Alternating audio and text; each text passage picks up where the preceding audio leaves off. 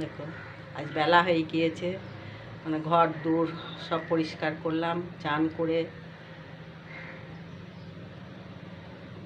চান টান করে ভাত করে ফেললাম আগে, তারপরে চান করেছি। ছেলে খেয়ে যদি অফিস যায় দুটো এসে, তাই জন্য তাড়াতাড়ি করে দুটো ভাত করে নিয়েছি।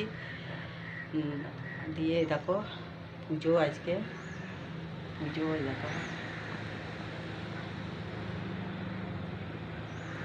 পুজো করলাম করে এইবার দেখি একটু চা খাবো। চা খেয়েছি। হ্যাঁ আমার ফোন নেই, বললাম না নেই কিছু। হ্যাঁ সত্যি বলছি নেই কিছু।